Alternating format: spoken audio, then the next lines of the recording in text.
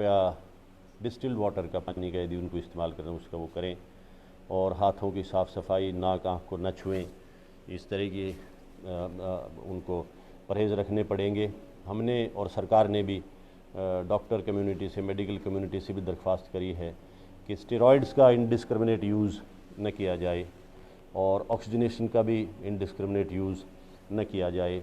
जहाँ तक संभव हो लोगों को यदि कोई डिस्ट्रेस है छोटी मोटी, तो वो हवा पे बेस्ड जो रूम एयर से सक करके ऑक्सीजन देता है ऐसे कंसनट्रेटर का इस्तेमाल कर लें।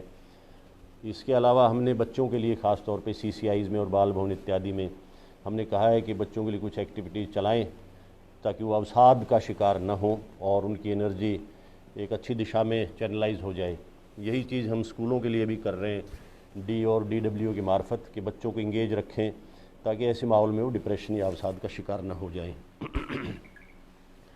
हरियाणा सरकार ने फैसला लिया है कि अभी पोस्ट कोविड केयर भी वो उमंग नाम के एक स्कीम से लॉन्च करेंगे सभी सरकारी अस्पतालों में। तो चूंकि सरकारी अस्पताल तक ही सीमित रह जाना काफ़ी नहीं है, इसलिए हमने ये भी निर्णय लिया है कि हम IMA के साथ बातचीत करके और कोशिश करेंगे कि प्राइवेट फैसिलिटीज़ में भी इस तरह की सुविधा हो। क्योंकि मैं कल देख रहा था TV पे कि पोस्ट कोविड भी कई तरह की चीज़ें, स्ट्रेसेस, स्ट्रेन्स मैनेजमेंट की आवश्यकता उनको करने की रहती है, उस पर भी हम ध्यान देंगे। मेरी आमजन से अपील है ये कि अभी जो ढलान आई है बीमारी में, उसको देख के संतुष्ट होकर ना बैठ जाएं और बेपरवाही दोबारा ना शुरू करें, और तमाम जो अब तक की बंदिशें, पाबंदियां, एहतियात, परहेज़, जो प्रिकॉशंस थी उनको जारी रखें। अभी कोई भरोसा नहीं है वायरस के बिहेवियर का, और कहीं कहीं से चर्चा थर्ड वेव टाइप की आती है। मैं नहीं जानता वो कितनी पुख्ता है या कितना नहीं है, परंतु संभावना से इनकार नहीं किया जा सकता। इसलिए मेहरबानी करके लोग अपना संयम बनाए रखें और घरों में रहें, कम से कम निकलें, जब तक बिल्कुल ही लाजमी ना हो जाए तब तक बाहर ना निकलें। हाइजीन का ख्याल रखें, मास्किंग करें, डबल मास्किंग करें, बल्कि बता रहे या तो N95 हो या डबल मास्क हो, और सोशल डिस्टेंसिंग का पालन करते रहें। ऑफ कोर्स सरकारी बंदिशें अभी जारी हैं, परंतु आगे के लिए भी इसका ख्याल रखना बहुत ज़रूरी है। मैं जानता हूँ, आप भी जानते हैं, पीछे हम फरवरी मार्च में इस बारे में बात करने लगे थे, if you remember correctly. I told you, जब 5 या 6 पे आंकड़ा था, आई टोल्ड यू कि ऐसी नौबत आ सकती है, चेतें जागें। लोगों ने थोड़ी बेपरवाही करी, उसका खामियाजा हमको भुगतना पड़ा है। मैं नहीं चाहता आइंदा ऐसा खामियाजा दोबारा इस ज़िले को या हमारे प्रदेश को, किसी को भी, या मानवता को भुगतना पड़े। उसके लिए हमें सजग सचेत रहना होगा। ये बात मैं आपके माध्यम से बताना चाह रहा था। और हमारे पास कोई कमी नहीं है फ़िलहाल, छोड़ के जो एक उसकी कमी है थोड़ा इंजेक्शन की, जो एम्फोटेरेसिन है, उसकी कल उपलब्धता हो गई है, स्टेट ने कराई है, शायद 600 वायल्स की ऐसी करी है। और सरकार शायद मेरे ख्याल मिलियन के आसपास बाहर से भी मंगाने की ट्राई कर रही है, उसके लिए ग्लोबल टेंडर वगैरह कुछ करेंगे। तो चेष्टा है कि रेमडेसिविर की भांति इसकी भी उपलब्धता सुनिश्चित हो जाएगी। That's all from my side. मैं आपके माध्यम से की अपील ही करना चाह रहा था कि इस बीमारी के प्रति सचेत रहें। और जो अभी थर्ड लॉकडाउन हुआ, क्या उसकी गाइडलाइंस में कुछ चेंज हुआ है कि किसानों को लेकर के कोई खाद बीज की दुकानें खुलेंगी, क्या इस तरह की कोई दिशा निर्देश आए? अभी आज शाम तक मेरे ख्याल में कुछ आ जाना चाहिए विस्तृत, तो वरना 11 बजे तक हमने अनुमति यहाँ दे रखी है, तो 11 बजे तक। परंतु बीच में एक आध शिकायत ये भी आई थी कि वो लोग उस बहाने से कोई और चीज़ भी शायद वहाँ रखते हैं और चेष्टा करते हैं कुछ और चीज़ों की बिक्री की, तो उसको हम डिस्करेज कर रहे हैं।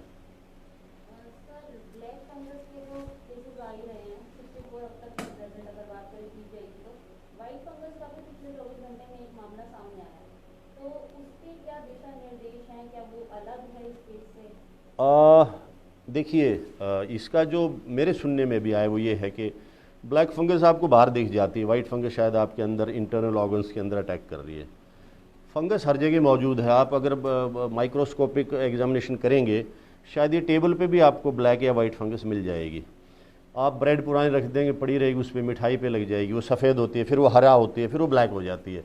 ये आपके वातावरण में भी है। आप अपना मास्क उतार के अगर इसको माइक्रोस्कोपिक एग्जामिनेशन करवाएंगे तो मास्क के अंदर जब आप बोलते हैं तो सलाइवा आपका बाहर निकलता है और वो जमा होगी, इसके अंदर भी ब्लैक फंगस आपको मिलेगी, परंतु वो उतनी नुकसानदायक इसलिए नहीं होती कि आप एकदम उसके उसके जो वातावरण उसके लिए मुफीद है वो वातावरण आपकी बॉडी उसको नहीं दे रही है, कि आपकी इम्यूनिटी कॉम्प्रोमाइज्ड है, आप ऑक्सीजनेशन पे चल रहे हो लंबे टाइम से, आप बहुत प्रोलॉन्ग्ड इस्तेमाल कर रहे हो स्टेरॉइड्स का, अभी आप वेंटिलेशन से उतर के आए हो, इम्यूनिटी ज़ीरो है, तब वो आपको अपना घर बना लेगा।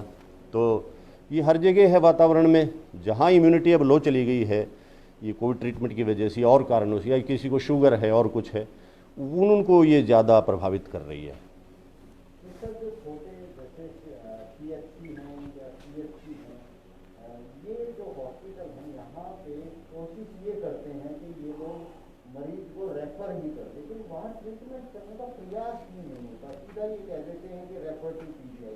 तो कहीं ना कहीं ये लोग भी प्रेशर PGI पे या बड़े हॉस्पिटलों पे डाल रहे हैं, तो उन लोगों के लिए किस तरह का? उनके लिए हमने देखिए काफ़ी कोशिश करी है, हमने भ्रमण भी किया है जगह जगह, हमने ताकीद भी करी है, बट चूँकि जो PHC है वो 9 to 4 फंक्शन करती है, it's more of a day care, और वहाँ एडमिशन की सुविधा नहीं होती है, केवल कंसल्टेंसी या कोई छोटी मोटी दवा वगैरह देने का रहता है।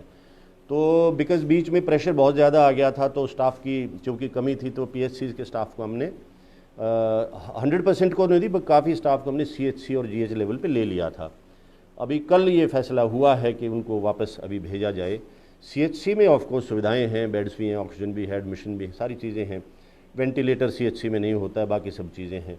CHC में हमारे यहाँ एक आध जगह नहीं भी हैं और एक आध जगह भर्ती भी हैं लोग।